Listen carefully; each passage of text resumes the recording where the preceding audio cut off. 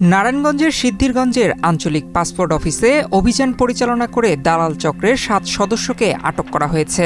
৭ মে বৃহস্পতিবার দুপুরে জেলা প্রশাসনের সহকারী কমিশনার ও নির্বাহী ম্যাজিস্ট্রেট মোহাম্মদ তারিফ আল তাওহিদির নেতৃত্বে র্যাব ১১ এ অভিযান পরিচালনা করে।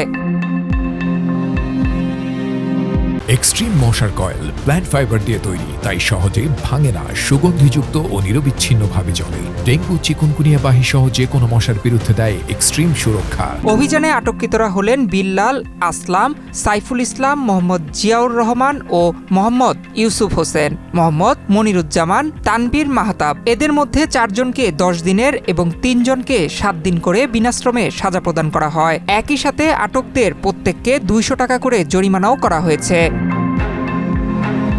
অভিযানকালে র্যাব ১১ সহকারী পুলিশ সুপার আল মাসুদ খান সহ র্যাব ও জেলা পুলিশের বিভিন্ন সদস্যও উপস্থিত ছিলেন।